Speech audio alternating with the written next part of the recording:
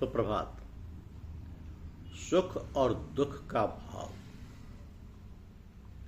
सुख और दुख का भाव। ये सुख और दुख का भाव हमारे अंतर में ही स्थित है। हमारी केवल यह लालसा रहती है कि अन्य चीजें जो हमने देखी नहीं है, केवल उनका वर्णन ही सुना है दूसरे लोगों से, उनको स्वयं देख लें अथवा प्राप्त कर लें। तो जो प्रेम, शांति और गुण हमारे अपने अंदर हैं, उन्हीं का स्थानांतरित रूप हम बाहर देखते हैं। ये समझने का प्रयत्न नहीं करते हैं कि ब्रह्मांड का वह अंश हमारे अंदर समाया हुआ है और उसी की प्राप्ति हमारा लक्ष्य है। इसी के लिए अंतर्मन को जागृत करना है। इसी के लिए अंतर्मन को जागृत करना है। मृग तृष्णा यही तो है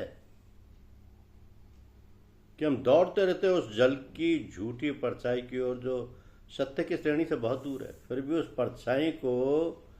परछाई के जल को प्राप्त करने के लिए मृग दौड़ता है, परंतु उसकी तृष्णा तो समाप्त होती ही नहीं, फिर तो स्वयं ही समाप्त हो जाता है। कौन बताए उसको कि नाभि में ही कस्तूरी है। ये दशा मनुष्य की है। सब कुछ उसके अंतर में होते हुए भी वो मृग तृष्णा की भांति इधर उधर भागते हुए इस मनुष्य जीवन का अंत कर लेता है। इस प्रकार जब हमें ये ज्ञान हो जाता है कि वह परम सत्य है, जो परम सत्य है, अमूल्य, और वो हमारे अंतर में ही है, कहीं और खोजने की आवश्यकता नहीं है, तब हम स्थिर मन द्वारा शांति एवं धैर्यपूर्वक उस रत्न को प्राप्त करने का प्रयास करते हैं। इस अंतर मन के अमूल्य रत्न को प्राप्त करने का साधन है आत्मदर्शन। अब यह कैसे प्राप्त हो, यह एक जटिल समस्या है, पर यह कोई समस्या नहीं है। जब किसी कार्य को करने का हम बीड़ा उठाते हैं तब वो कार्य पूरा हो ही जाता है। कहावत है ना, to begin is half done, अर्थात कार्य के प्रारंभ मात्र से कार्य का आधा भाग पूरा हो जाता है। तो हमें कार्य में अनवरत लगे रहने की क्रिया को समझ लेना चाहिए।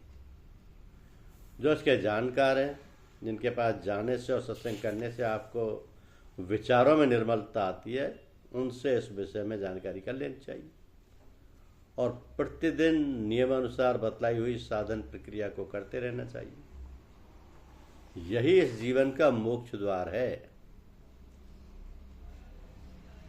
कि जिस चीज को हम ढूंढ रहे हैं, जिस कस्तूरी के पीछे हम भाग रहे हैं, वो कस्तूरी हमारे अंतर में है और इस अंतर मन के अमूल्य रत्न को प्राप्त करने का साधन है आत्मदर्शन।